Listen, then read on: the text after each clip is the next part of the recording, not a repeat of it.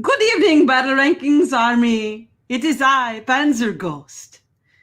The man you see on your screen is Joe Lewis, Battle Rankings mastermind of all things Flames of War and Team Yankee. Word has reached us through diplomatic channels that he has information you need on new mission packs you can use in your game. And he is going to connect you with this man, the subject matter expert Brian Coaches, who will discuss these new missions. These missions, should you choose to accept them, will give you advantages over your opponent in upcoming tournaments. As always, if any of you are caught with using their advice, we at Battle Rankings will disavow any knowledge of your actions. This recording will self-destruct in 5 seconds. Good luck, Battle Rankings Army.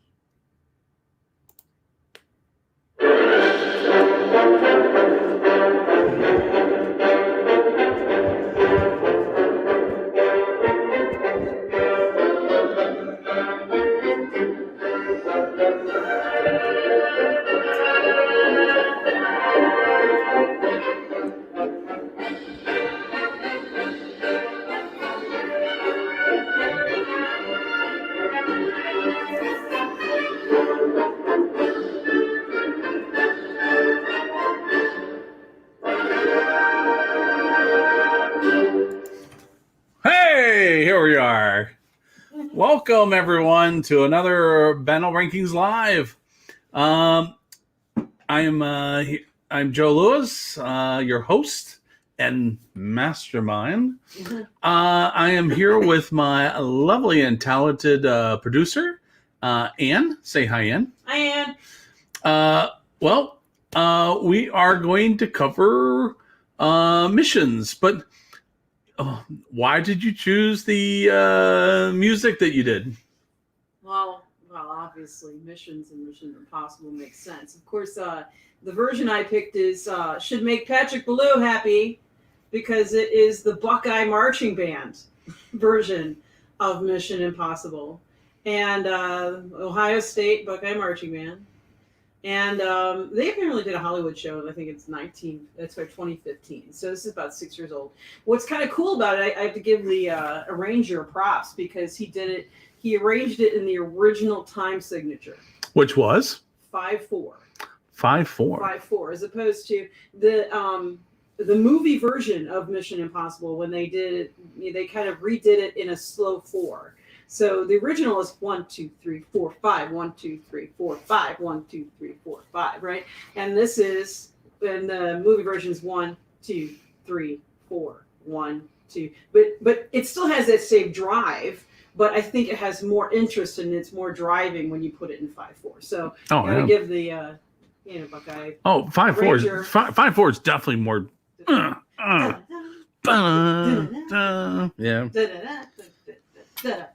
It's just a little bit different. So, that's your horn playing experience coming out. You have to understand, this was really tough for me to pick Ohio State because I went to Michigan State and I marched in their band. So I'm like, okay, I'll give them props for that. So anyway. Well, so there's the background behind the music selection, but we do have our expert. We might as well bring him on in. Hey, Brian. Good evening. Good evening. Yes, that is a big cat. Oh, yeah. He's chunky, all right. Yep. He's also missing a tooth now. What happened there? He has a thing where his body attacks his teeth. So every few years we have to go in and get him checked out. All right. I know cats and all their little kitty cat problems. Mm-hmm. So now I did, because it's popping up here, I did say new missions ready for tournaments. We'll call that a tease. First of all, these aren't new in the first sense. I think they came out in 2019. Yeah, I think it was the initial release of the mission pack. And it just like disappeared, kind of. It was really difficult to find. I believe it's now back available, but the battle order chart hasn't been updated. Right, the mission selection for where you're rolling the charts, they're not on there. It doesn't mean they shouldn't be, or they could be a candidate to be on there. Because I'll be honest, I get tired of playing counter attack. I seem to play a counter attack and encounter all the time. Yeah, and when we did Masters, there was probably, I think 95% of the matches were like 4 missions. I mean, it was. I've not been a TO for quite some time, and I was really surprised to see. I mean, always as a player, I felt like kind of like I'm playing the same missions, but I never really think about other people. And then when I had the chance to do Masters as a TO, it was just like, wow, so everybody's running into this where we, kind of play the same 3 or 4 missions, and that's pretty much it. There is some randomness to it, but for the most part, because of the duplicates in the chart, a lot of people end up playing the same one. So I'm hoping your teasing of a new chart coming out is true. I guess we'll get to that as we go on. Yeah, could be, or we'll start working it. So that's why we're going to. Well, actually, we're going to take a look at these missions. Now, the thing is, I know some people say, I've been playing these things since they ever came out. Well, okay, instead of me just going, good for you. No, the thing is that you're in the minority. Because these things did come out and they went away, and most people have the old pack or the one before it, the more missions. I know in North America we played the more missions pack, and that's the one it's readily available. This one's just called missions, and I'll have a link, and I'll have a link to on the battle ranking site, but yeah, it's just called missions. And as Brian said, they're not in the chart. That doesn't mean they couldn't be. And maybe maybe some we can work that out. Since it's just a PDF, we can talk to Battlefront about that. With some feedback. Because not all missions are created equal. We've had some interesting dogs thrown in there. Like if you're I know there was that one mission, if you were the defender, it was almost like an automatic loss. I think that's Armored Fury that you're talking about. Yeah, it's I've actually played that in a tournament, and I told my opponent who was obviously going to defend, and obviously didn't have recon. I was like, I'm sorry, but this is what's going to happen. And I think I won on turn 2 or something like that. It was, I mean, after Spearhead, I was practically on the objective. It's just, but that one, I don't think that we're going to see in the Matrix anytime soon, unless they do something like they did in version 3, where they took Cauldron, the old Cauldron, and then they renamed it Witch's Cauldron, and they shifted the deployment from the center of the map into one of the edges. And of course, we kind of have something similar to that today in version 4 scenarios. But it went through a rename, and then I think people, once it was renamed to Witch's Cauldron, people really enjoyed it. And I think with a few minor tweaks to Armored Fury, I think we could see the same result. Yeah. The other thing, about people who have played these being in the minority. I have played a lot of people who've, all of a sudden, like we play well, I don't know, like No Retreat or something like that. They're like, oh, I've never played this mission before. Like, what? Okay. I'm like, okay, and I know they're newer players, but even then they're like, they still haven't played it. I'm like, okay. I guess they're starting with Annihilation and is kind of working their way down. They just didn't get to the ends in time. Yeah, right at the bottom. And it's the last mission. No, or that's no retreat. And what's the rear guard? No, they probably most people avoid rear guard. They're like, oh, I have to 9 turns. Come on, nah, forget. Let's just do free for all. Okay. Anyway, let's we're gonna kind of dive into it, and we're gonna look at the mission, kind of see what what the special setups and that kind of thing, and then take a look about layout and the pros and cons, and see if it's pro attacker, pro defender, or if it's a neutral. And we're hoping neutral is kind of what you want looking for in a mission. And then it comes down to the generalship and lists. So terrain. Terrain. Our opinions on this are going to assume kind of neutral terrain, as far as one side is not going to have a huge terrain advantage over another side, because a lot of these missions, if you happen to get a good patch of terrain to either deploy in or to block your opponent's shots, that could be that can overcome a lot of deficits with deployment and generalship. So we're assuming all things equal when we talk about these missions. Yeah, there's like a big ravine running between the middle of the map or something. Okay. Anyway, there is we're gonna do breakout, corner, dogfight, killing ground, and outflanked. What I like the first thing. Let's go right. You know what? I don't know why I'm trying to do this new spot about tournament schedule, and so if you got a tournament coming up, let me know. Let me just take care of some housekeeping here. Game Time Adventures. That's this weekend. Flames of War, Late War 105. I'm planning to be there. Family Time Games next week here in Indianapolis. Planning to be there. Then we have our Wolf Creek, the 13th, 14th for the locals, 21st for the out-of-towners. Planning to be there for the out-of-towners. It's all sold out, but if you're interested, you can get on a waiting list.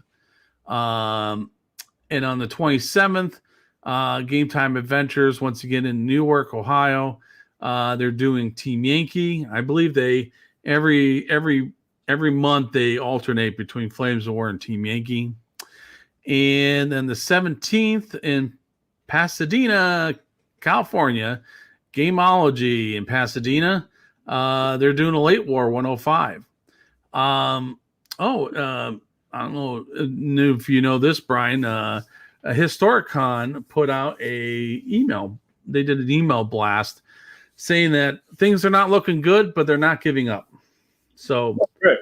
And the benefit with Historicon is they're so late in the year too. So they have plenty of time to be able to hopefully see how this starts playing out. But I still have hope. Historicon is always one of my favorite ones to go to, and I recommend if people haven't been to Historicon to take 1 year that you can go and go up there and just immerse yourself into that game conference. It is such a fun time, such a great place. Then Gen Con. It's not canceled yet, hopefully. And then NashCon. Now, NashCon looks like it's full steam ahead. So that is actually going to be in Nashville proper. It used to be in Franklin, Tennessee, but it's actually going to be in Nashville. They got a place. And that's the 20th and 20 through the 22nd. I haven't heard anyone set up anything, but that does sound like fertile ground to have a tournament. So we'll go from there. We'll keep. Hey, as we know stuff, we'll keep the army, the battlefront. Battle Rankings Army. Yeah, the Battle Rankings Army. I don't know what I'm thinking. I don't know. Anyway, so side note, Joe. So we're getting a strong push in Austin, Texas, right now, with a bunch of players getting back into the Flames of War games. So maybe tournaments in Texas, Central Texas, aren't too far off. Maybe we'll see a reemergence of Bane of War. Oh, yeah. Since Mark, I see Mark's back active. That's good. Breakout. Well, first of all, it's interesting. They actually published it with the drawing really weird. It looked like I did it with my color selection. But anyway, I have some icons here to help people. This is a panic button. No, actually, that's a minefield icon, and a recon. So if you can use recon in the mission, you can. Here is and so recon is available for you to use. You can actually do a spearhead move. That's what I'm really trying to tell you. And let me just go through the special setups here. The ambush for the defender, immediate reserves for the defender. The defender picks a short edge of the table to defend with. That's like over here. Defender and attacker place one objective. So this is kind of like no retreat. There's range in markers. The defender's 60%. The attacker's 100%. The attacker, the objectives are hot on turn 1. And the defender, they start checking for winning conditions on turn 6. So now, what makes this different from no retreat? Well, we've cut down the deployment area and shifted it back. We obviously have, as you can tell from the drawing, moved the attacker closer to the center line of the table. And probably the most glaring change here is that the reserves come in from behind the attacker. So your 60% of units in defense, that's all they're going to get on that side of the table until as your other 40% are going to come in from behind the attacker. So that's going to give you opportunity to, as a defender, to pincer the attacker rather quickly, especially if you can start getting like turn 1 reserves, since they're immediate. And you can really, this is like, yakety yak, the Benny Hill theme song with the attacker trying to get across the board into the defender's area as quickly as possible before reserves come in from behind them. It is possible. Like, if you're, if you have some like artillery or something like that sitting back there, someone could come on and just start picking those things off. So those soft targets that kind of like to hang back there's no place to hang back.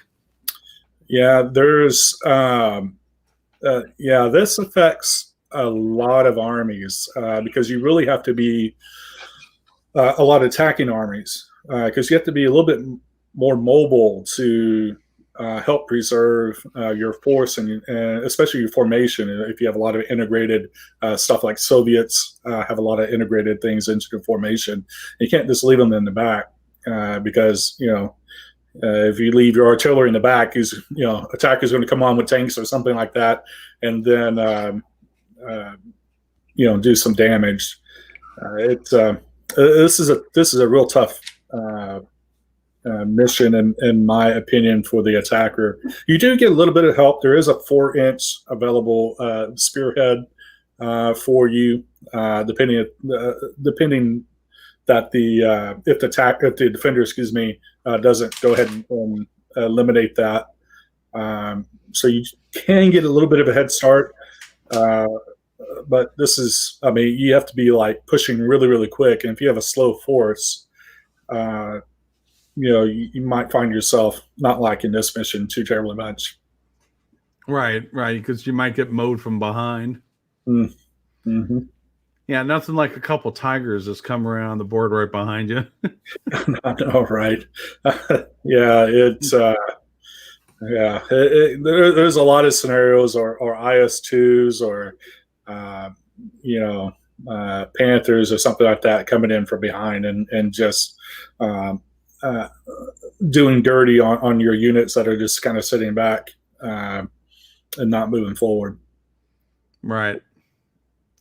Let me ask you this: where do you think this would fall in our hypothetical matrix? Okay. Yeah, actually, let me. I got the matrix here. I don't know. It probably I don't know. It could be attacker, defender, or it could be a maneuver. Maybe taking up the, taking out like one of the, like attacker maneuver kind of thing. No dust up. Taking the dust up or the encounter out of the matrix. I don't know. It could. Yeah. So you think this would be probably more set towards attacker and defend? It could be attack or defend, because if it was attack or defend, then the defender would need to figure out. They would need to be mobile or maneuver. There's some maneuverment element to it. No, it's 12 inches to the center line, at +8 from. So the defender's 12 inches from the center line, and the attacker's 8. So 12 + 8 is 20. There's Scott.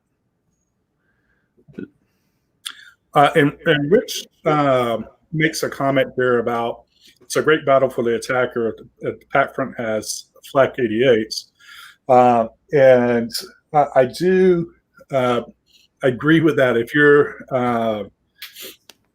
you're heavy heavy anti-tank guns or a turntable, then that certainly helps out with dissuading certain areas to for the defender's tanks to go into. Yeah.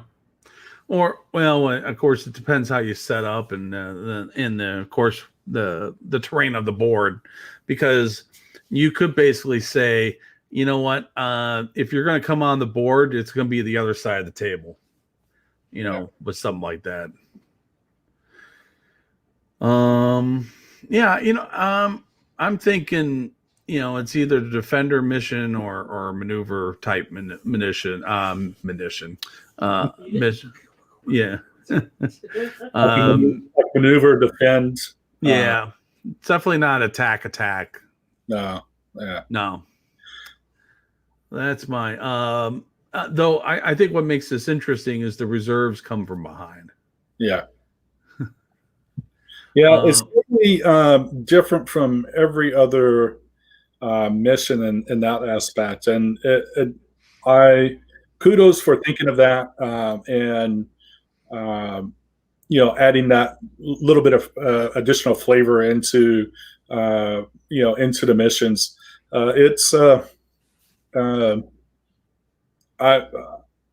I've actually been the attacker on this one, and it's fortunately I had essentially a tank company, and you're literally just like as quickly as you can to get as far away from that short edge as you can.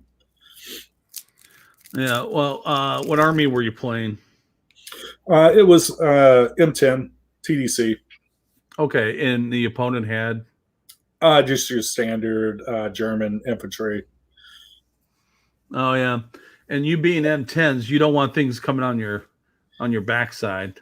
No, no, it literally is just as quickly as you can get across. 50 cows a blazing, and just try to dig in. I don't think I won that game. I think he caught me with his tigers coming on, and that was, the M10s aren't so great with assaulting into Panzerfaust, so that slowed me up, and then the tires caught me. Mm. All right. I think actually, do you think this is a pro attacker or pro defender or a neutral? I think it's pro defender. Quite honestly, I think the defender has, especially when you account for the ambush that they also get. There's just too much that has to go right for the attacker for them to, for them to be successful. Right. Yeah. With the ambush, if you don't blunt the ambush, you're going to lose a platoon. If you don't move fast enough, you'll get caught with your pants down on the backside. Mm-hmm. Yeah, the attacker's in a really hard rock in a hard place. Yeah, it'll be interesting to see if where this gets placed in the Matrix, and then where we start seeing it in once that new Matrix gets added to or being played at tournaments. And people getting this and getting a little bit more of a data set on this mission, because I really don't think it's too widely played. I think the uniqueness of it may be off-putting for some people, and so I think a lot of people tend to avoid it. I found it very interesting. I will say it's not my favorite mission. So it's in the top 15 somewhere, but it's definitely unique. So yeah, because I think you're right. The defender starts really dictating terms. Yeah. Okay. So, but you wouldn't mind seeing it in the Matrix? No, I wouldn't mind seeing it at all. Again, it's that unique. A lot of the missions tend to be very minor modifications of another mission, and this provides such a unique flavor to the missions or mission chart that I think it would be good to add it. I do think it probably needs a slight tweak to help the attacker out a little bit, but again, there's just not enough data sets on it right now, I think, to say what to actually tweak on it to make it a more effective mission, a more equal mission. Yeah. Okay. Let's move on. So the next mission is Cornered. So Cornered, recon big time in this one. So the defender has an ambush, immediate reserves. The defender picks a table quarter to defend. The attacker places 2 objectives in pretty much a really tight area. There's range in markers. The defender's 60%. The attacker's 100. The objectives for both the attacker and defender go hot on turn 6. So what? Now this one's kind of unique, I think, in the sense that you pick a corner. What's your thoughts on this mission? Yeah, it's kind of like a kind of a weird breakthrough where the attacker places 2 objectives in this small little box area, and or a counter attack with instead of one objective placed out. They're both placed in this really tight box within their defender's deployment area. And if you have recon, there's a lot of extra space that you can get to kind of help pinch the defender. You can't, on the defender side of the table, you're not able to spearhead there, but on the other side, you have plenty of room. I mean, if you have something that could go 40 inches, let's say you had a road or something like that, and you put a 250 or a armored car or something on it and just went trucking down the road, you definitely have a lot of room to be able to do that, and can affect the outcome just by pure spearhead. Not the mission I played on this. The table we were on was a kind of like a destroyed city landscape, and so we played essentially everything that wasn't a building or a fence. It was a road, a hard packed road. So again, I love my TDC. So this is another game with my TDC against Germans. I mean, I was, almost all the way to the other short, side of the table, just from the spearhead and the distance you can get off that from doing a road dash. So, and that helped out quite a bit with being able to place stuff over there that'll be effective, because they do. The defender does deploy first, so you can tell exactly where stuff's going to be on the table, other than, of course, the ambush. But this is a very fascinating mission. It's the gotcha that can really make it a unfun mission for the attacker to play is, in my particular case, we were playing 100 points, so we only had 4 minefields to be able to put down, and just couldn't cover all the roads.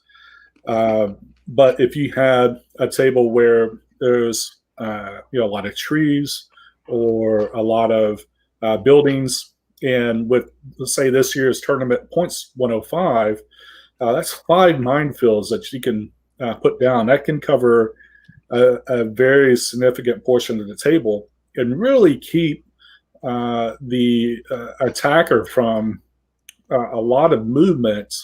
And then, of course, that slows the game down, which is exactly what the defender wants, because they want to be able to get their stuff on from reserve and just start piling on those really closely packed objectives. Oh, there's no minefields in this one. Step number 4 in cornered. Yeah. You said that. I'm like, no, because I thought I would mention. I'm like, oh, did I miss something? I'm reading it now. What do you have for step number 4? I have defender may place 1 minefield. This is for cornered. For each one. No, step number 4 in the setup or in setup? Yeah, in setting up. Yeah, there's no step 4. Oh. All right. Well, I must have an older missions PDF, yeah. Wow. All right. Mark that off. Well, that makes it a lot easier. Well, I think the gotcha would be if your defender actually sends a recon unit out and comes on down. Yeah. Because, basically comes on down here to stop you, so that, you're now he knows that you have to come. You don't have to defend the 2 sides as harsh. Right. Yeah, and there are, for whatever reason, there are still lists that I come across where people just don't pay the 2 or 3 points to get recon in a obviously defensive list. Because you're defending all the time, right? Why would you need recon? Oh, So recon's a must. yeah, exactly. So this mission is a good example of why you should always take recon. And I think what we'll see is once these things start getting into the matrix, we'll see people's list ideas start morphing to be able to account for that. But yeah, if they have recon, especially if something that's not a BA-64 or a BA-10, not that I'm hating on those, but they suck. They suck. And then you'll be able to close off the attacker from pushing forward. Yeah.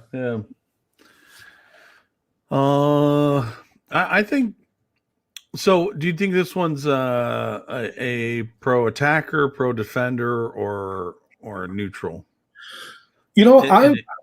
I would lean towards this being neutral. It all comes down to if you can get a great push as the attacker, whether or not if they close you off or not. And start really, because you're only 8 inches, you only have to go through 8 inches of defender deployment until you start getting into the objective area. So, you can, which is a 16-inch. So if you start at your attacker, the defender on their side of the table, the defender going 16 inches away. So you can cover that essentially in one turn, and then you're only 8 inches away from probably where you placed one of the objectives. So if you can get a good push up front, you can really start contesting that objective fairly quickly. And being that the defender, especially coming in from that corner, is a little bit farther away. Trying to get to the attacker's closest objective, and if they don't start getting reserves immediately, then they're not getting any reinforcements into that area to be able to counteract the push. So the attacker can really push on that objective and get a leg up, or the defender can start getting reserves in, turn one, and then that can really start to slow the game down, because at that point you're feeding stuff into the attack box and kind of drawing that game out until turn 6. Yeah, it becomes a fur ball. Yeah. And because the defender is so packed together, you can get a lot of additional support out of units that on other missions may be further away and they're just out of play at that point. So you can really, as a defender, bring a lot to bear. So to me, this is kind of a neutral mission, and as it can go either way, it can be really beneficial for the attacker, be really beneficial for the defender. Yeah, I have a feeling it's neutral. I mean, I have not played it myself, but I'm thinking I wouldn't mind playing this, and I think. I don't know. I think it could be fun. You have a lot of options, or how you want to plow through things.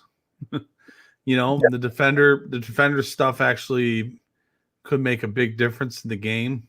Yeah, I think this would be enjoyable. All right. You want to move on to the next one? Absolutely. Okay. Here we go. I'm ready when you're ready. All right. Well, it's a dogfight. It's a dog-eat-dog world. Yeah. So this one, I think, is no retreat setup. So ambush defender, deep scattered reserves defender. We'll come back to that in a second. The defender picks a short edge of the table to defend. The defender and the attacker places one in the objective in the box. There are minefields, hence the minefield icon.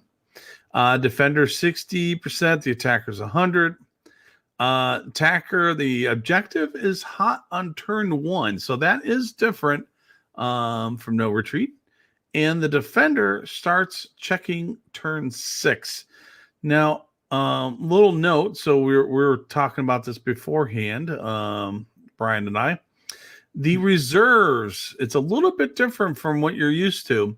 When a unit arrives from reserves, the owning player rolls a die to determine the table edge. When a unit arrives from the table edge, it may enter the table anywhere on the table edge in the defender's table half. The reserves may move on the table at the start of their movement step.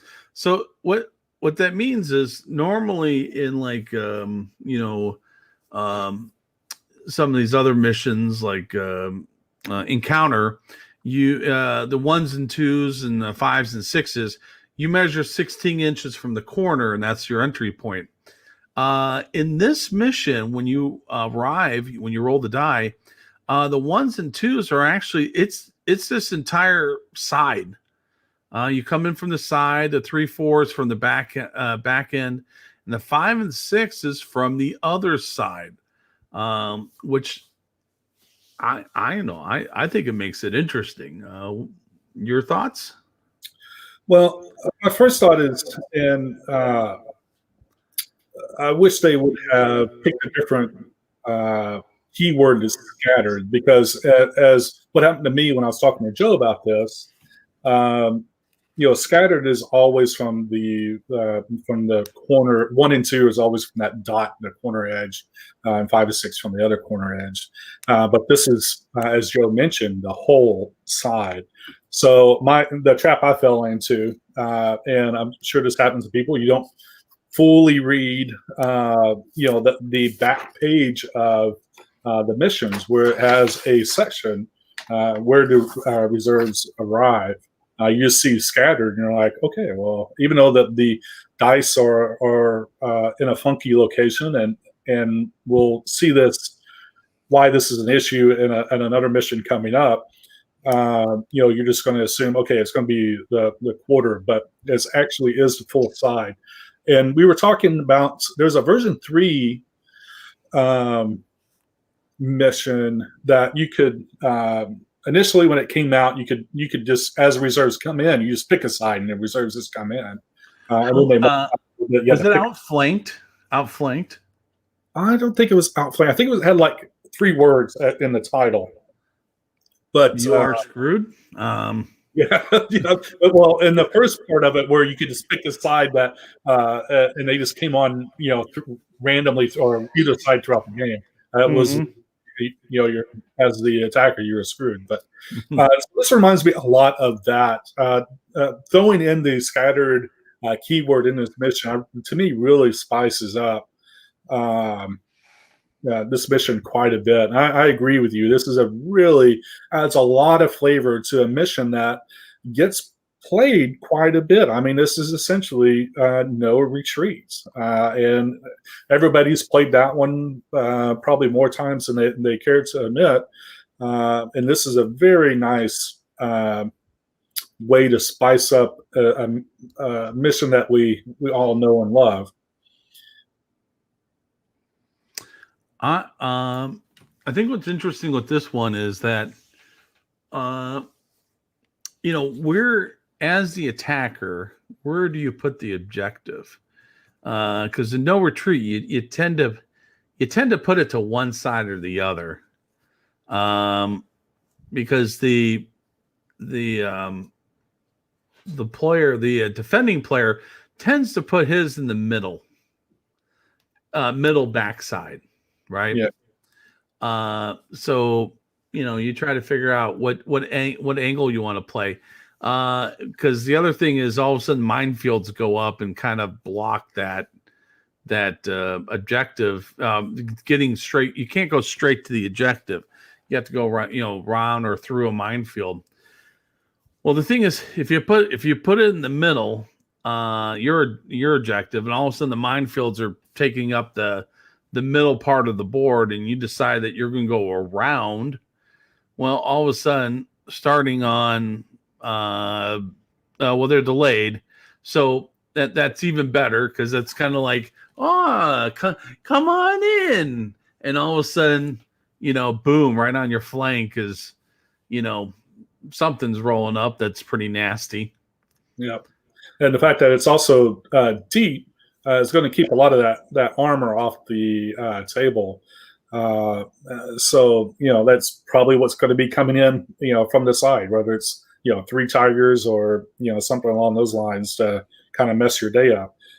You just kind of have to, like, if I'm playing Jake on this mission, I'm putting the objective on the side that 1 and 2s come in on, because Jake never rolls 1s and 2s, so I know that's going to be a free side to come in on.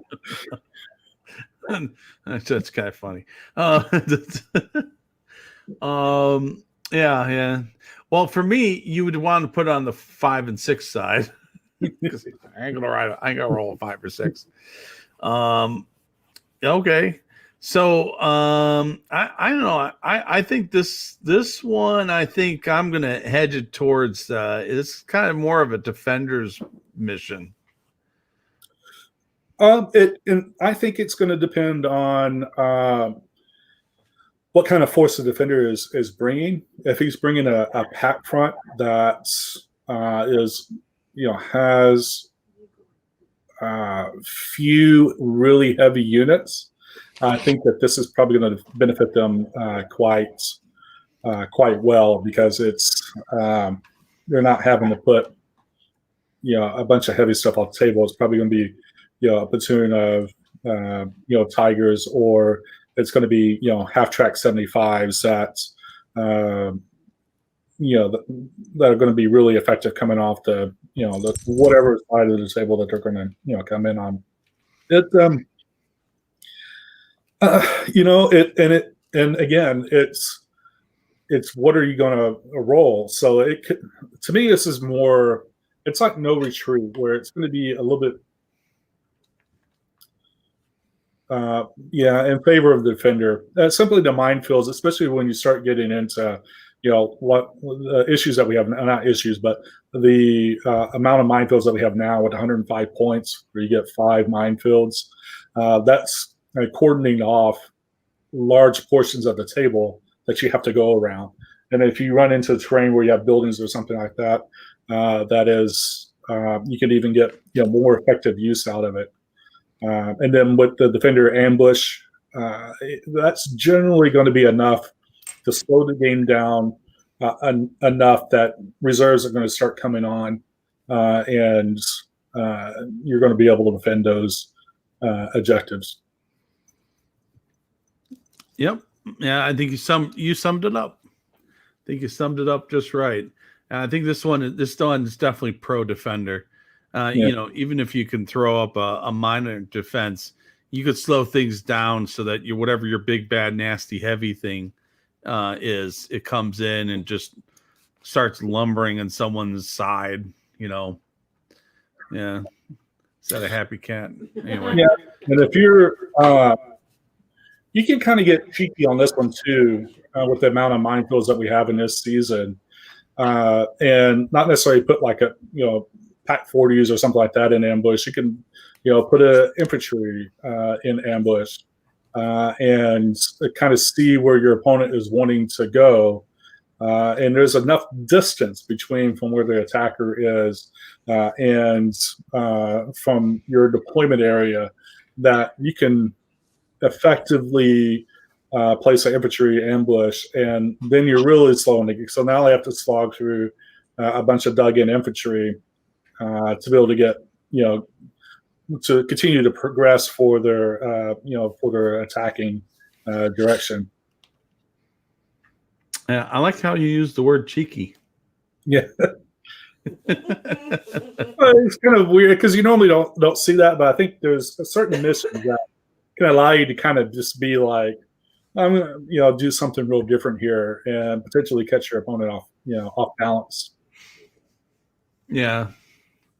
That was that version 3. There was a mission where the defender put down 1 objective and the attacker will put down 2, and he, at the beginning of the turn, he would pick one up. Yep. And you get immediate ambush. And my immediate ambush was always was one of my infantry. So you pick one up, and I throw the infantry on the other objective, and we called it a day. Yeah.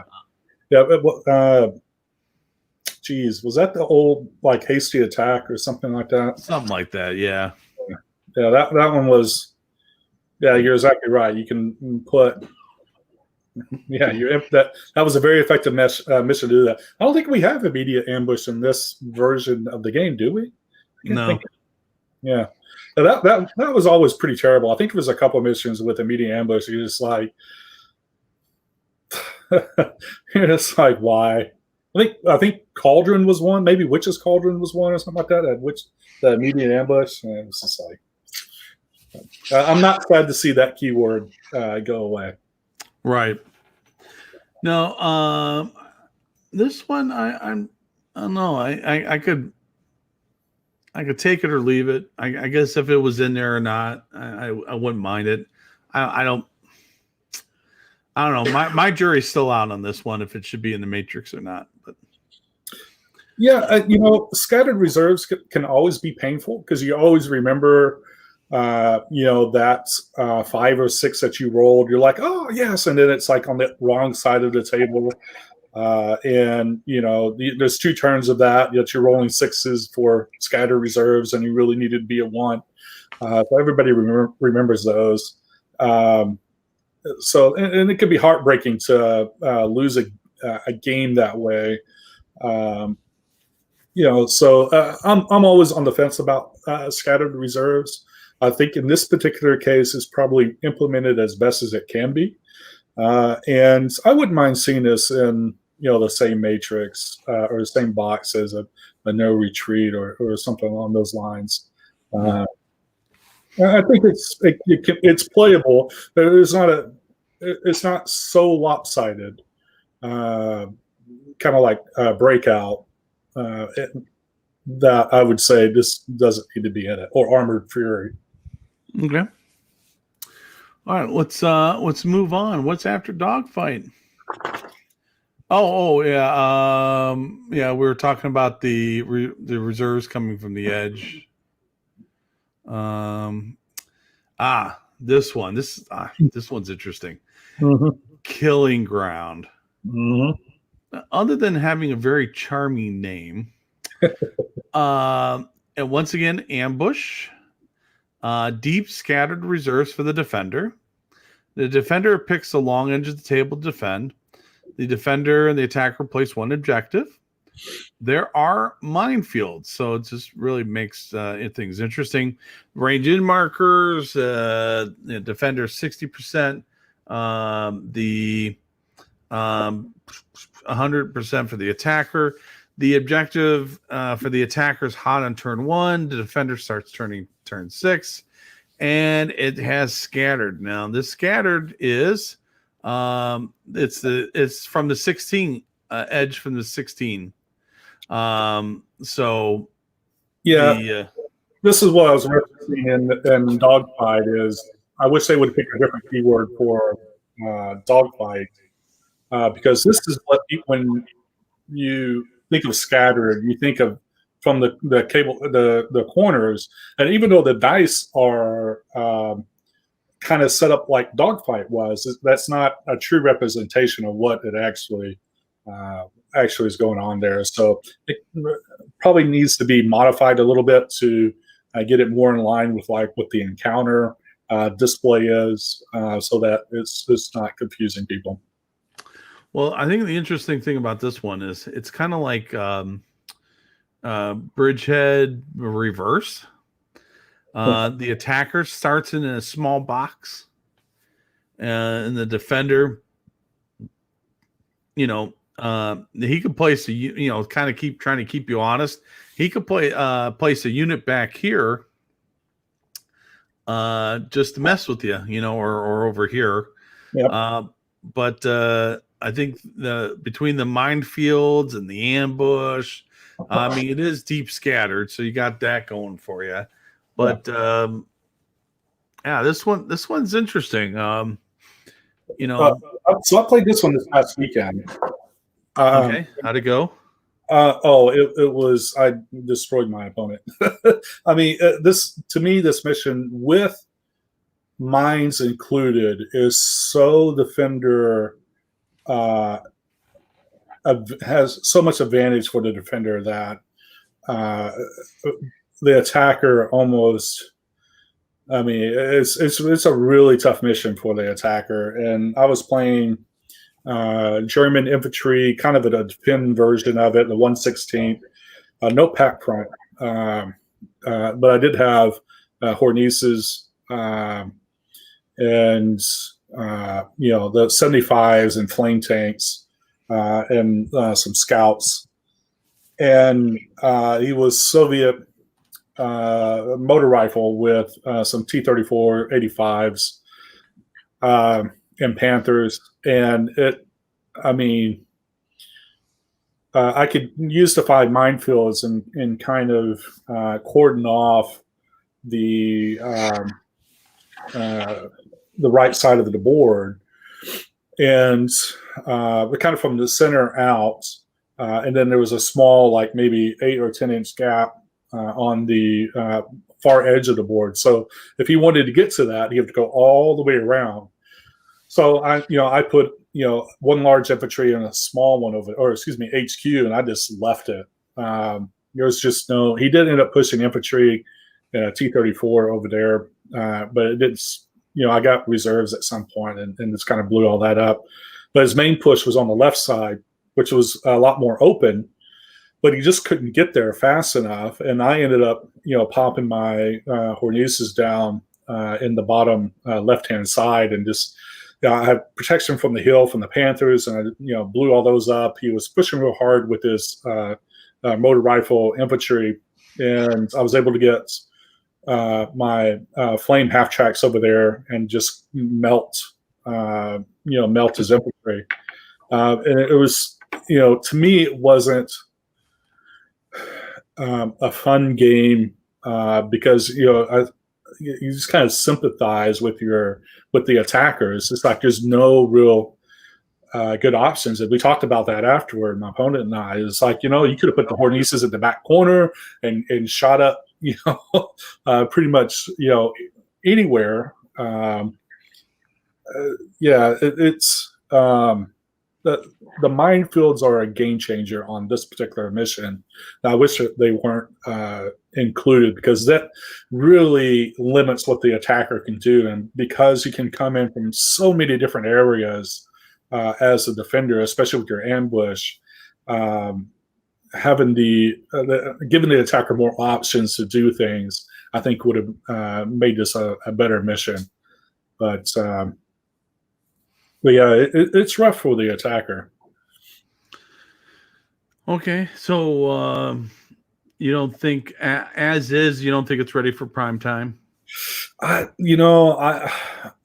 don't think so. It's going to depend on what kind of force. I think a pack front would just your typical pack front list would just dominate on this particular type of board or this particular mission. I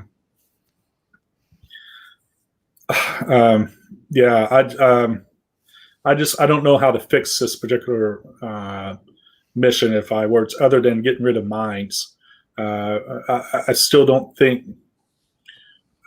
giving the defender all of that deployment area on the sides to and also the ambush out of makes it any easier for the attacker. I don't know. Granted, I'll say this: I've only played this once. It was this past weekend, and but I see a lot of games going like that, especially if you do have, one of these, infantry, base forces that are meant to defend.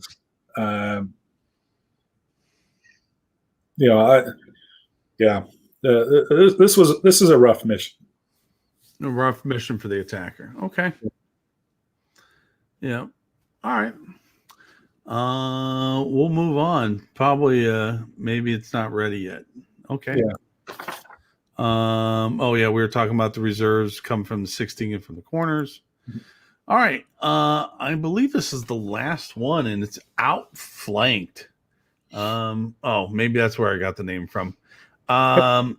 This one's a little different.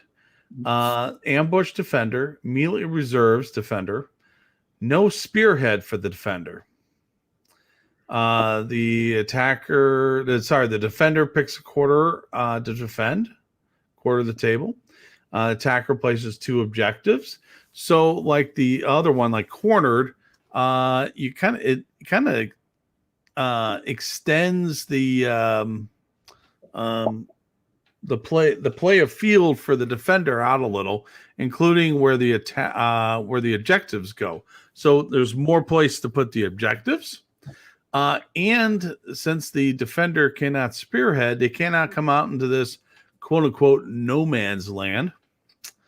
There are ranged in markers. The defender's 60%, the attacker's 100.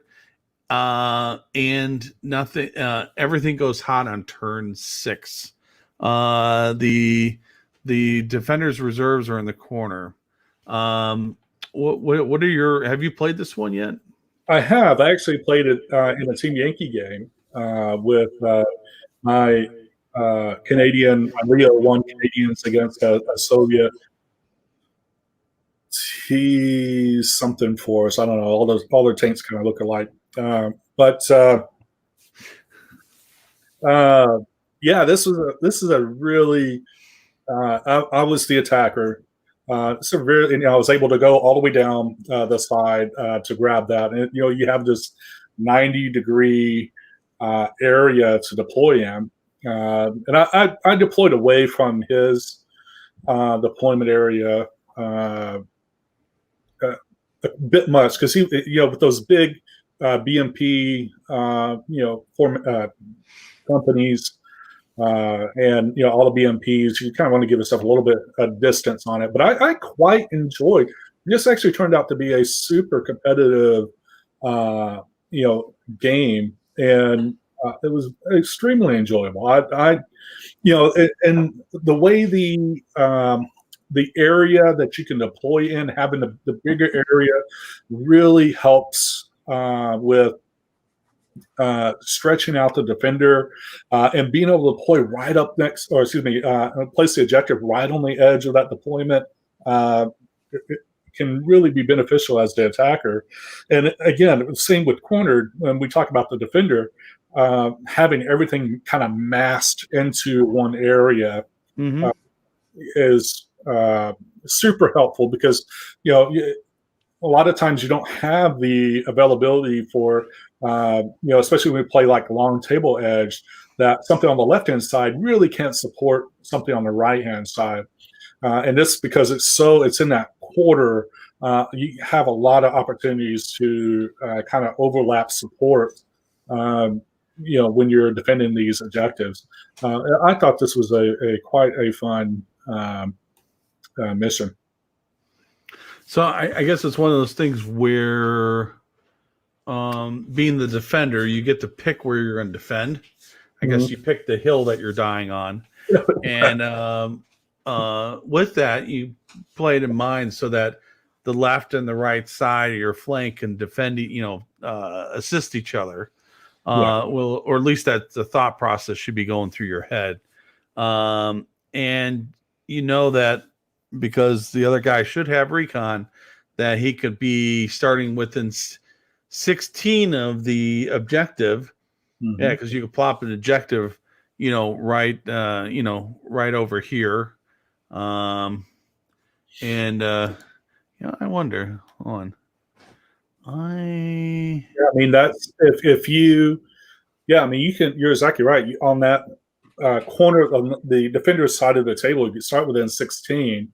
That's a turn to assault. Obviously, you can't do it on turn 1 because you can only move up to 16 when you take into account the follow me and then assault.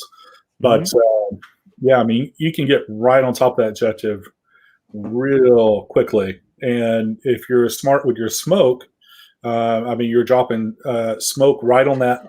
Right, the objective and the defensive line are right on top of each other. So you drop your if you have two batteries of artillery, you're trying to pin whatever's there, and you have a lot of angles to be able to do that because you can deploy on that long edge, and then you're dropping your smoke and going in with whatever heavy vehicle that you have or other infantry to get in there and start pushing off. People off the objective, and it can go, south real quick, especially if you, as a defender, fell that first, assault. You're back 6 inches. Now, you're probably going to be, 2 inches away from the objective, which is, getting to the point where, another assault will push you out of contest range. So, the one problem we did have, and this is an issue with Team Yankee, is my opponent actually was running out of room to actually put stuff in their deployment area because the Soviets have so much stuff, especially when you have infantry that's unmounted from the BMPs. I think we ended up having to, or he ended up having to put infantry into the BMPs because there was no room due to the terrain in the small area. I don't think we'll see too much of that in Flames of War, but it is a concern in Team Yankee on this particular mission. But that's really, if I had to nitpick, that's really kind of the only thing that I could nitpick on is a great.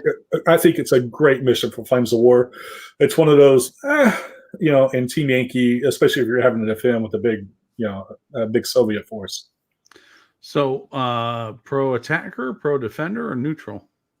I think it's pretty neutral because, again, as a defender, you do have the availability to have a lot of additional support that's close together that can maneuver. You don't have far to go to be able to get to the other objective to help defend it. And as the attacker, I mean, there's an opportunity to get right on, start attacking the objective early.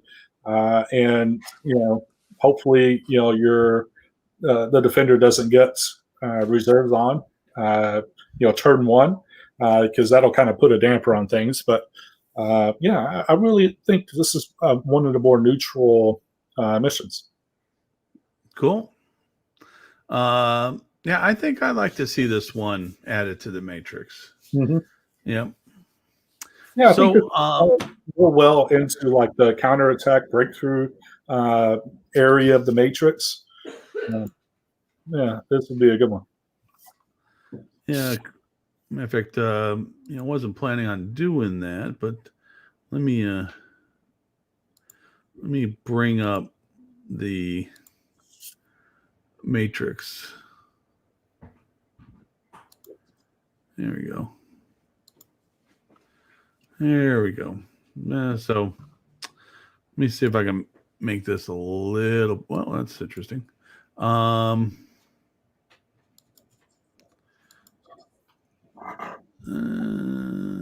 little bit bigger. There we go. I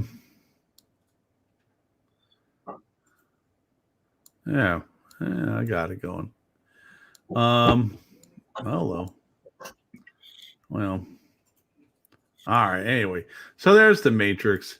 I think there's, I don't know if any things that we just looked at could help with the attack, or the same.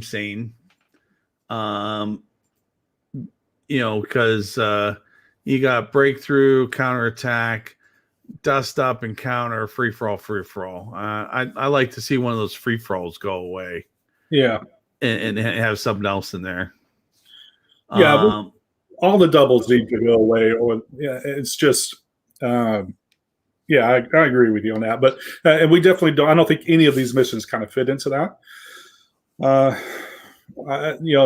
might be different missions that will eventually come out that can go into that. Then say attack maneuver. Oh no. Well, the counterattack, get rid of the double. And I don't know if we need the fair fight in there. But I don't know. I think a couple of these, 2 or 3 of these things could fit in there. Like the outflanked or cornered. Yeah, I could see those fitting in there. Then and then the attack defend. Yeah, I think a lot of these could fit right in there. So you get rid of 1-2 bridgehead, 3-4 no retreat, 5-6 rear guard. I think you can fit a bunch of these things in there and get a lot more. Especially the deep reserve missions. Get those in there. Yeah. Maneuver attack. Well, that's same. We kind of covered that. Maneuver. We talked about maneuver defend. I think the two get one of the no retreats can go away, and one of these things can slide in. I think dogfight would fit in that because it has deep. You don't really want deep reserve in a attacker / maneuver chart, right? There's a lot of forces that a lot of maneuver forces have heavy armor in it, and that really sucks when you're having to put 3 platoons of tanks or whatever into into reserve because of the deep keyword when you really can be an attacker force. So I think dogfight fits real well into maneuver defend, or attack defend. Right. Then the only combination left over is defend, which of course is the same as attack, maneuver. So, I think. Any last thoughts on these 5 missions? I think I think all of them are really good. We see some ones like dogfights are just minor tweaks to existing missions, and then we have cornered and outflanked, which are kind of new in itself. And then we kind of have some of the far end or the kind of extreme missions with Killing Ground and Breakout. Those I think probably need a little bit more work before we can slot them into the matrix. I think with some minor tweaks, I think these can be ready for tournament play. And again, they're such unique. I love to be able to see these guys in the matrix. But first and foremost, we have to make sure that the scenarios that we're playing are fair to both opponents as best as we can be, and not just lopsided one way or the other. Right. Yeah, I agree. I think we'll have to start petitioning Battlefront on a couple of these things. So trying to get it in there, and see what their thoughts are.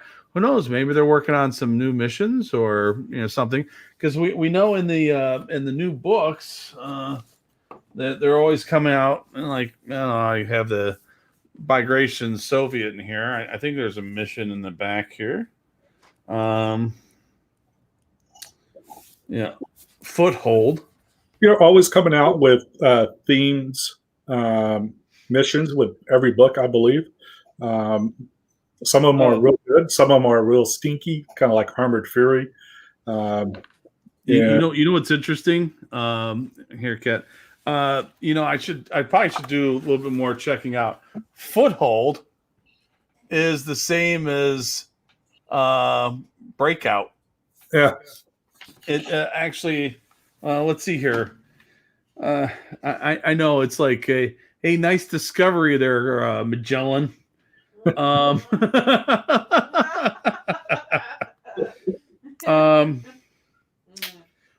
it says ambush defender, immediate reserves defender, and then it says river assault. Both players.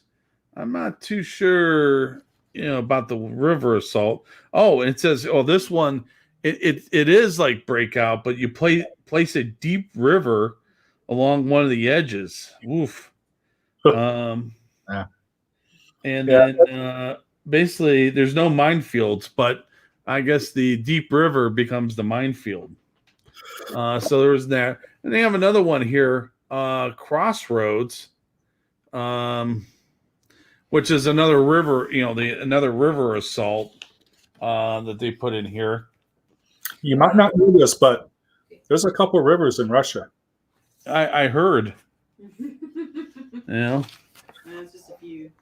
Yeah, matter of fact, there's a whole thing in here about river assaults and flow of the river and that kind of stuff. But anyway, so they're coming up with stuff all the time.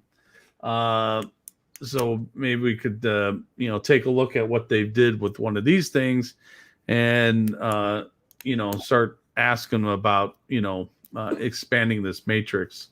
Which I don't think it would take since this stuff's been out, I get some feedback there. I don't think it would take too much arm twisting to come up with something. There's been efforts to create a new matrix. I believe there's one floating around from a website that I believe we had targeted for use at Masters, but somebody in this panel may have removed it from the Masters packet. Not going to name names, Joe, but I mean, what it's going to take is a TO that is willing to use one of these matrix that may not be Battlefront approved, but makes sense enough that they would want to run it in a tournament. And once you can get some traction of people not being afraid of chaos that may ensue from running a new mission table, I think we'll start seeing this a lot more until Battlefront can produce a new matrix, which they may or may not be working on. So we don't know when something like that's going to come out. Why continue to kind of do the same old thing? Why not take one of these things that people have come up with and test it out? Kick the tires, as they say. Yeah, exactly. So somebody's got to be first. Somebody's got to be first to the moon. So who's gonna take that glory of being the first person to say, we're not just going to do the standard matrix list. We're going to spice it up a little bit. People are going to enjoy themselves and make a new matrix. Right. Maybe we'll. Yeah, you never know. I might come up with something and put something out there as an alternative. Yeah. Hey, if you liked what you're hearing and you follow us, make sure you hit the like button or the subscribe button or the notification button or whatever button they put in there on your thing. Brian, I don't know if you know this, but we're on Twitch right now also. Nice. And we have, ready? 3 followers on Twitch. Oh my gosh, we've gained another one? We gained another. We have 3 followers on Twitch. Yeah. As soon as I get off, I'm going to be following this person right here. So, Are you going to play what we learned today? We are. Hey, what have we learned today? And hopefully you learned a lot. Yeah. As you every week. That's why you guys tuned in. You want to sharpen the noggin. And get your best tournament game ready face on or something. Show me your tournament face. So I need to generate some tears. That's generally my tournament face. Things have gone terribly. Tears are falling. Yeah. I think on Facebook we're coming close to 400 followers, Nice. which is actually pretty good, I think. And we're at like 60 something on YouTube. So I would like to hit 500 and on Facebook and at least 100 on YouTube. That would be awesome. So, by the way, you can go multiples too. Help beef up the numbers. If you have a question about any of this, post it. Hey, you know what, Christopher? Thanks. We try to help. We try to bring something. We try to be a little bit different. Try to bring something to the game and be somewhat entertaining, if not just to ourselves. To put that stuff out there. If you could think of something, if you want to see a topic too, go to any of the. Look, he's gonna follow going forward. Yay! We need like to hit a like a, what was it, like Arby's? If you like the service, you ring it or something. Yeah, but that's the customers ringing it, right? Customers ring the bell as they leave. Yeah. Ring the bell. Ring the bell. Ding. Ding! Yay! In Twitch, when somebody follows me, set it up so it does that. Well, Twitch is an interesting place. I bet it is. Oh, it's I feel old. Well, Patrick said something with Panzer Ghost. I don't know if you noticed. Yeah, I know about Panzer Ghost. He said, I know all the rivers in Russia. Well, I know the Denial is not one of them. Wow. Denial. Jonathan, who runs those tournaments in Newark, I learned that I really want to try and run tournaments with a few of these missions. I don't think you can get too much complaining. It probably just sounds like Killing Grounds is probably not ready yet. But I'd definitely like to try the others. Yeah. Breakout is going to be that's that's not as bad as Killing Grounds, but it has its deficiencies. So I don't know if I would add that one just yet.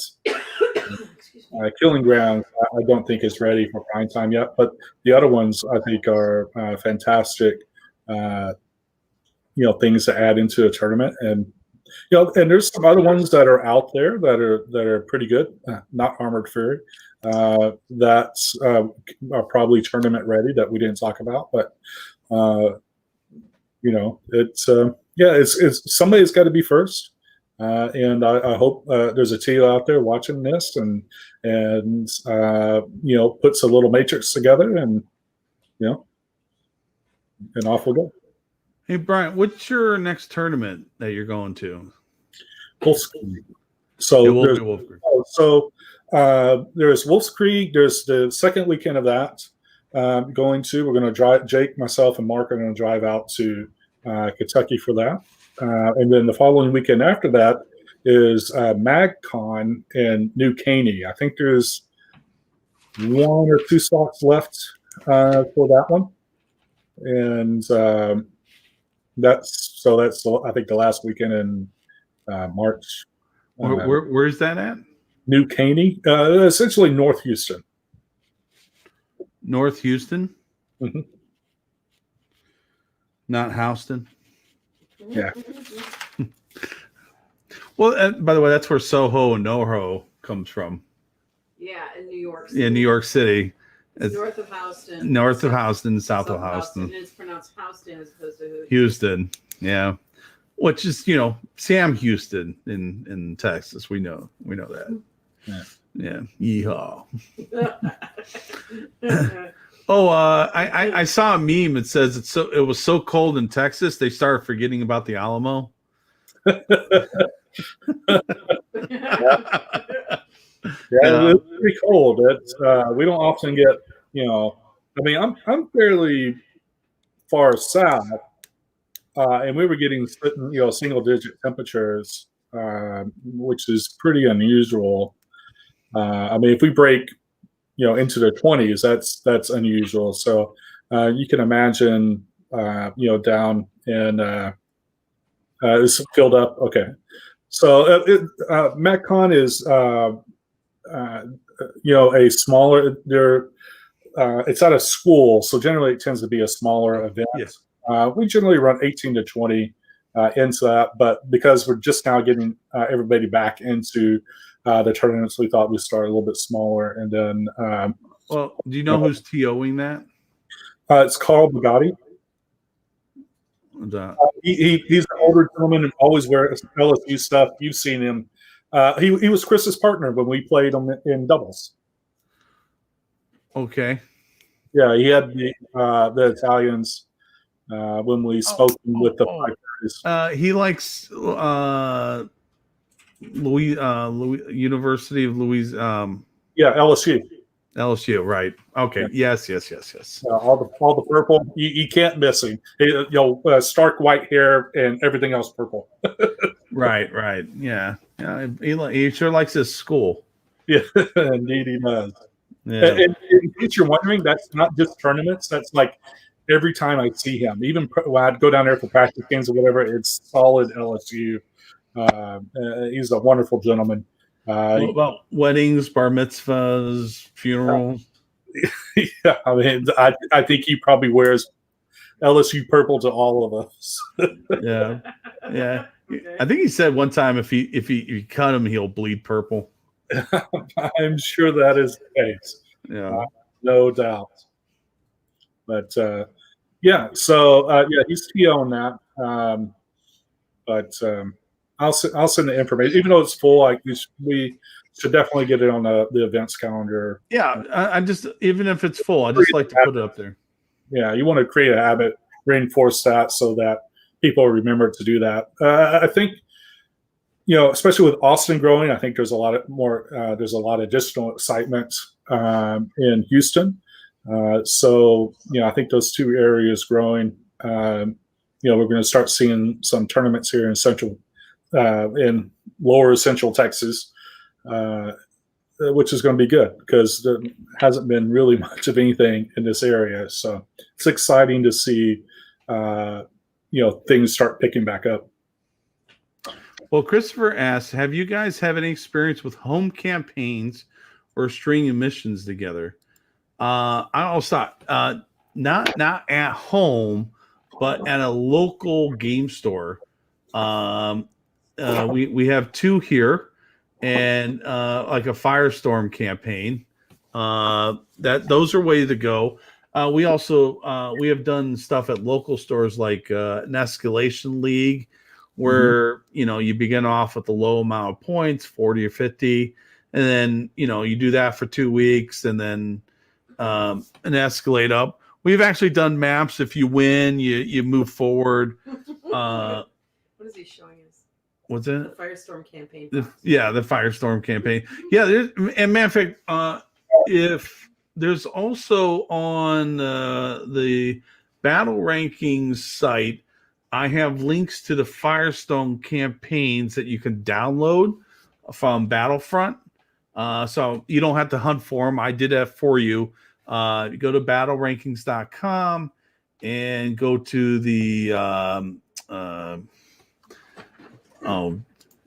you gotta be kidding me. I should know my own site. I'm pulling it up here. Go to the game resources tab, and in there I got links to all this stuff, and like this mission pack and various other things. They're all there, or soon will be there. And then if there you go. Thanks, Ann. If when Battlefront updates the stuff, I'm linking to it automatically. So Battlefront does a lot of nice things, but their website is. But I'll tell you one thing: if you're looking for an article from 2008, it's there. Yeah. Yeah. You Yeah. just gotta find it.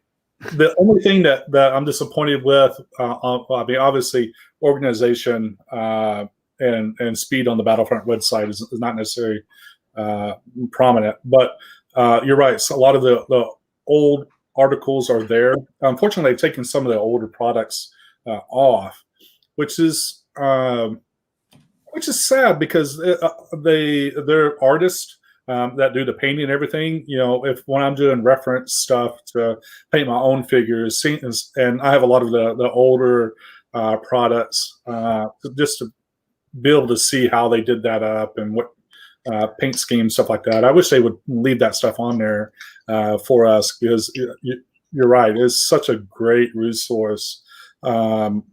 You know, to on their webpage from past articles and how they painted up stuff. And but yeah, they've done a real good job of that. I wish they would leave the old stuff on there though. Yeah, Like, yeah. Oh, by the way, I noticed you did get a haircut. yes, yeah. It actually was. It started curling. And at that point, it curled up and started poking me in the eye repeatedly throughout the day and giving me headaches. So I was like, okay, it's enough. I just about made it to mid-January, I think. And January 30th was when I was wanting to. So I go into the barbershop I always use. I think it's like Smart Clips or something like that. And they have this little paper they print out. And I sit down in a chair, and this lady, she gets the paper and she looks at it. She looks at me, looks back at the paper, looks back at me because it's like razor on the sides. She's like really confused, and I'm like, yeah. I'm like, cut it off. And she's like, are you sure? I'm like, yeah, it's time. But yeah, I like it better like this. Well, I'm gonna get a haircut tomorrow. I'm a number 4 all over. Make it easy. I like my hair being able to dry in 15 minutes as opposed to like 2.5 hours. Yeah. So, but though Gallagher, the guy that smashed watermelons. Oh yeah. He had a saying about do you prune a dead tree? Anyway.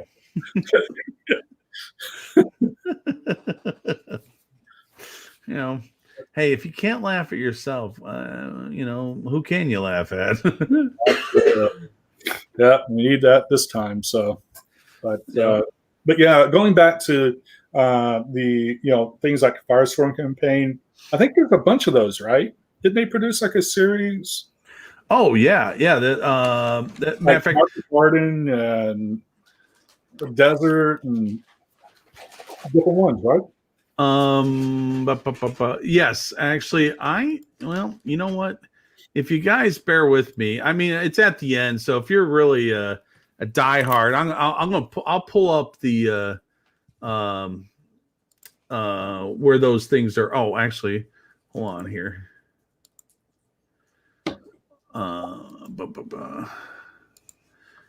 Oh, this is interesting. Okay, hold on. I need to split this off, put this over here.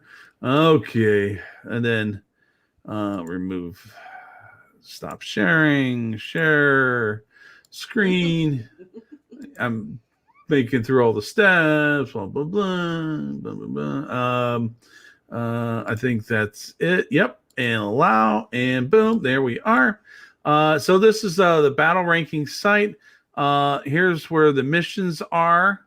But underneath it is I have the Firestorm Stalingrad, Tank Aces, Firestorm campaigns. Oh, that's the box that you have. Late war, mid-war, early war. There's that mid-war diagram. This thing didn't quite form out right, but you can have the cards. By the way, if you're ever going to run and you want to submit a tournament, there's the form for the tournaments. And then I have work instructions for you people that like to do that kind of stuff at work. But no, work instructions about how to fill out the sheet. It kind of explains kind of what's going on. I like how I did this whole thing as classified. But the Firestone campaigns. By the way, there's a tank aces, and there's also an infantry ace.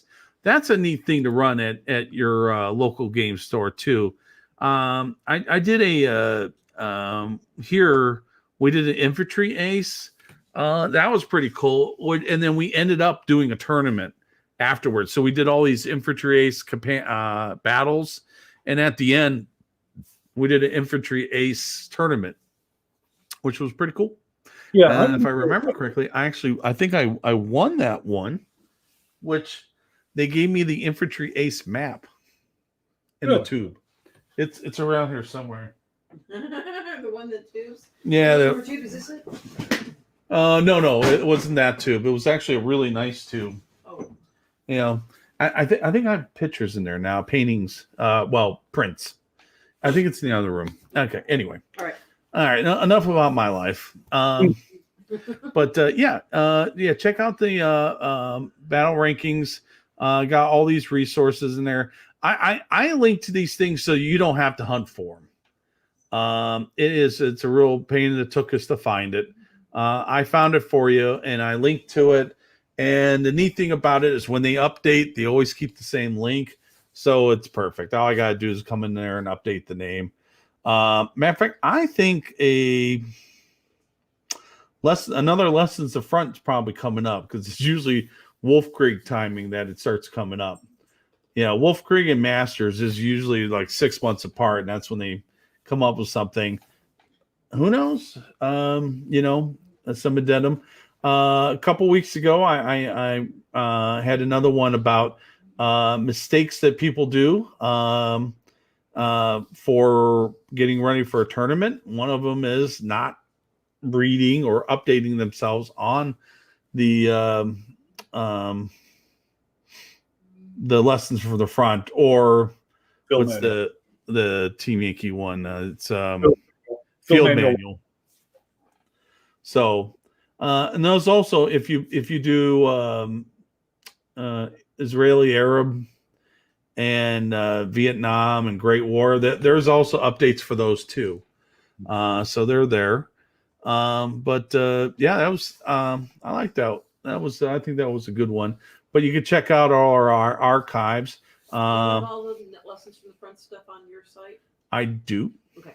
Yeah, you can link there instead of trying to hunt for it on their site. You can link it from mine.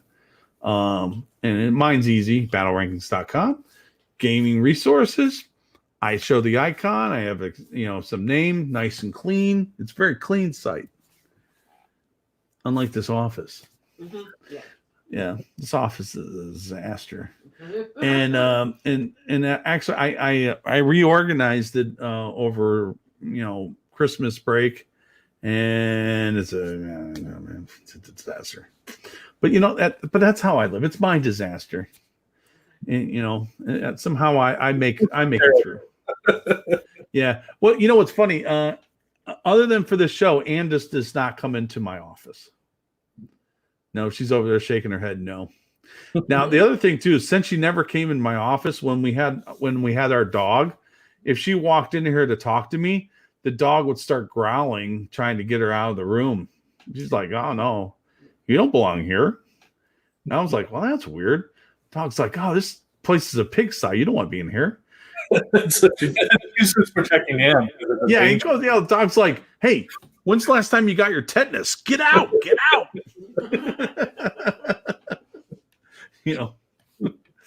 Hey, you know what? What did we learn?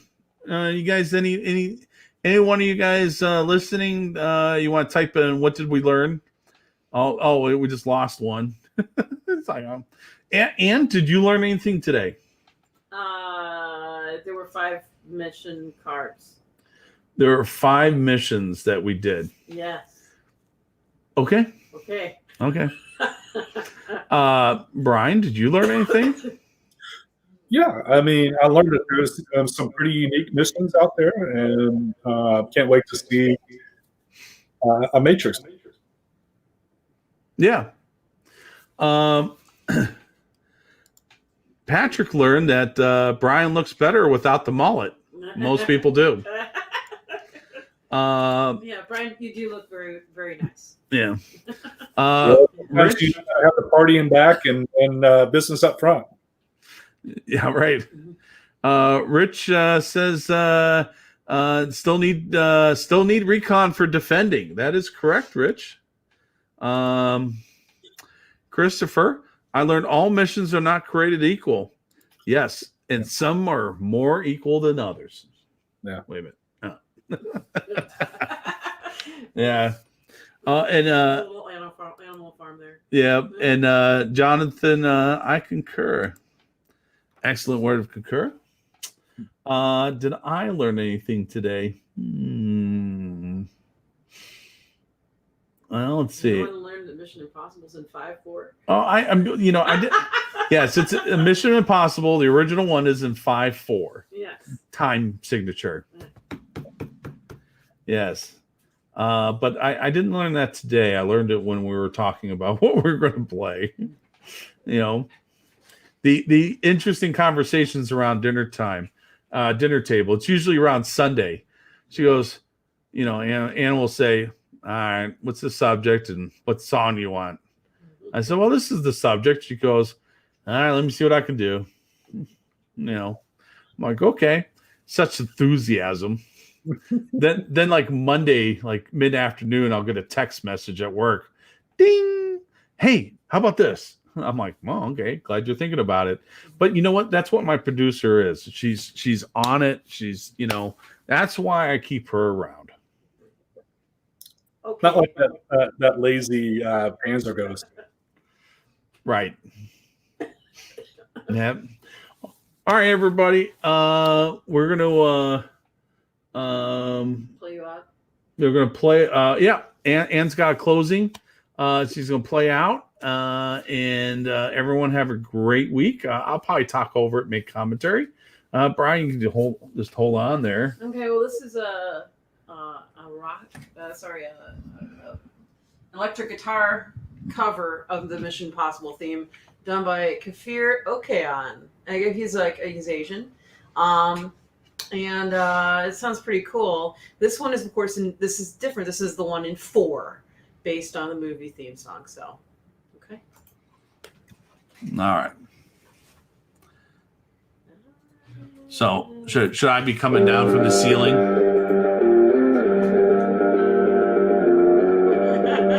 I don't think so.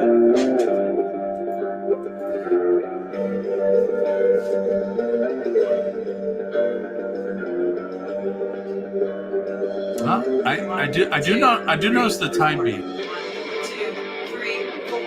1, 2, 3, 4. Turn 5. Rocked it there. Just turn it up a notch. I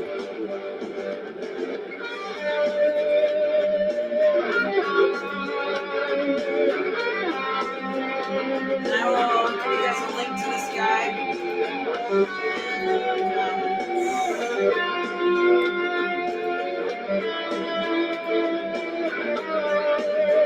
There we go.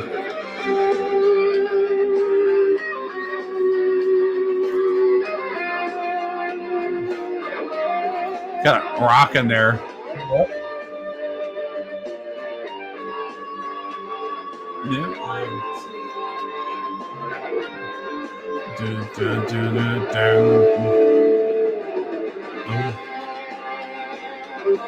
All right, everybody. All right, good night. Good night, everyone. We'll see you next week. Oh.